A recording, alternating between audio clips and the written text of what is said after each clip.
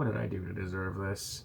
Good morning, metalheads of the internet, and welcome to a new episode of the Metal Meltdown. Today, we are looking at Torch the Faith, the debut album from Psychosexual. The latest incarnation of an ongoing project from one Jeremy Spencer, who until 2018 was best known as the drummer for Five Finger Death Punch. And when I say latest incarnation, I'm not exaggerating, people, because as it turns out, Psychosexual has existed in some form right under our noses for the past 3 years, pretty much ever since Jeremy Spencer left Five Finger Death Punch. Originally known as Devil Daddy, the project features Jeremy singing lead vocals as the titular Devil Daddy, performing material that is overtly sexual and provocative to the point of maybe being a little bit uncomfortable, all the while feeling and sounding very cheap, very desperate, very lazy. Production-wise, the Devil Daddy material reminds me a lot of Corey Feldman's now infamous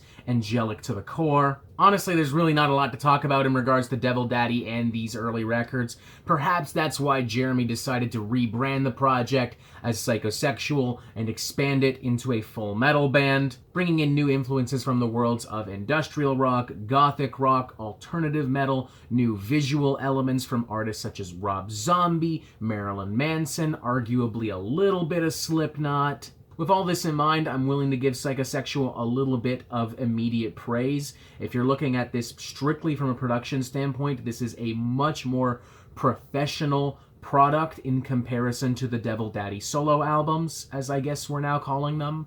But that, unfortunately, is where my praise comes to an end, because in Jeremy's quest to expand the Devil Daddy sonic universe into Psychosexual, he has only made his music all the more problematic and ridiculous, resulting in an album that is consistently cringeworthy, consistently uncomfortable, consistently gross, and completely out of touch with the world around it. It almost feels as if Psychosexual is somehow unaware of the post-Me Too, post-50 Shades of Grey world that we live in, making for perhaps one of the most clueless records of the year, and definitely one of the worst. And I know what some of you are thinking already. You're sitting there going, "Wah, little liberal feminist snowflake, can't handle some controversy in his music. Extreme music is for extreme people, libtard, SJW." And you couldn't be further from the truth. I have no issue with more controversial topics and sexuality being addressed and represented in music. Case in fucking point. The issue here isn't that they are just overtly sexual and provocative. I wish it was as simple as that. The issue here is that Psychosexual come across as a group of psychotic little incels who would do anything for some fucking poontang, such as stalking and abducting women, mentally and physically abusing these women, tying them to a bed and forcing them to have sex with you, raping them, obsessing over them, forcing them to worship you until the moment that they die, and when they do, you fuck and marry their corpse. I'm not exaggerating, folks. Like, don't sit here for a fucking moment and tell me that I'm too sensitive. This is some fucking Jeffrey Epstein, Ted Bundy, Criminal Minds level garbage. You want proof? I'll give it to you. Here's a real lyric from the song Tearing You Apart. "You try to leave, the answer's no. I'll be tearing you apart when I get up in your soul. We never ever will depart, 'cause your life I will control. I'll be tearing you apart with that noose in my hands. Bleed the life out of your heart. If I can't have you, no one can." Here's another lyric from Lips Turn Blue. "I've got you in my bedroom and your hands are tied. You'll wonder if you'll make it out alive. You think you can escape this, it's all in your mind.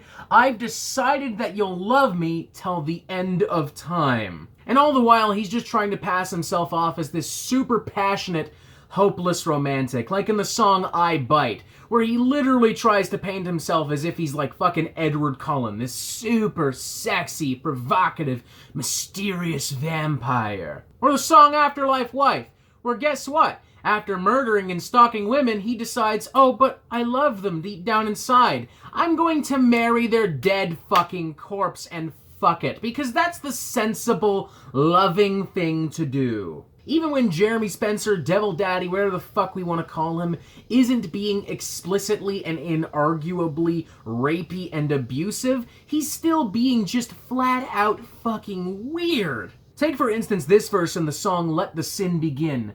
Let the sin begin. You'll be wiping my love that's dripping from your chin. Let the sin begin. Your devil daddy's gonna spank you over again. The game is nail you to the bed and I'm gonna win. Let the sin begin. I'll be fucking you with fire like you never been. Like, that shit sounds like a teenager trying to talk dirty for the first time in his life. That shit sounds like you took the comment section of a Pornhub video and somehow jumbled that into a song. And even if I was willing to look past the abhorrently, indefensibly disgusting subject matter, the album still falls flat on its ass thanks to the music. At its best, it is formulaic, tired, predictable, four-chord industrial rock. Songs like Baby on Fire and Lady Killer are great examples of this. And at its worst, it is melodramatic and bordering on plagiarism. Take, for instance, the songs I Wanna Be the Blood in Your Cut and Cut Me Up, which try to find some kind of balance between late 2000s Marilyn Manson and the more gothic theatricality of Evanescence, with Cut Me Up going as far as to feature some feminine vocals that sound maybe a little bit too much like Amy Lee. And speaking of stuff that sounds a little bit too much like something else, is it just me, or does Let the Sin Begin sound like a terrible remix of I'm Afraid of Americans from David Bowie? The beat, the structure, the flow, the pace, even those vocals feel distinctly Bowie-esque. And you know what? I think I'm gonna have to rescind my praise regarding the album's production value, because while this is still probably objectively better than Devil Daddy, it still doesn't sound really all that good. The percussion feels generic, the guitar work feels grainy and flat, and the choir work and the backing vocals feels so far removed from the album that I don't think it was recorded in the same fucking country, let alone the same studio. Man, I fucking hate this record. This is a good, strong 0.5 out of 5 from me. It is gross, it is clueless, it is psychotic, it is arguably kind of dangerous in some of its most provocative and overtly disgusting moments. And at no point on this record do I hear or feel any real passion. It feels very synthetic. All they're really trying to do here is be as sexy and raunchy and provocative as possible here. Pandering to horny dudes who have no idea how to express their sexual desires or how to talk to women properly. Pandering to people who would look at Joker and Harley Quinn or 50 Shades of Grey and go, yeah, that's the ideal relationship. I see no issue here. It's just fucking gross, man. And the fact that it exists in a post-Me Too world when metal is really beginning to move away from that really toxic, misogynistic environment is fucked up. Like, goddamn it, even Devourment doesn't write shit like this anymore. A fucking brutal death metal band has no patience for this anymore. What the fuck is your excuse, Jeremy? Honestly, I now feel like I owe an apology to Jeremy's former band, Five Finger Death Punch, because as bad as they are, they've never made anything as objectively terrible and dangerous as Torch the Faith. Fuck this album. Fuck you if you like this fucking thing. Fuck Psychosexual. Fuck off. Yeah, that's all. That's really all I got to say. Press this button right here if you want updates on the Metal Meltdown immediately, and have a fantastic fucking day, unless you like Psychosexual, in which case fuck off.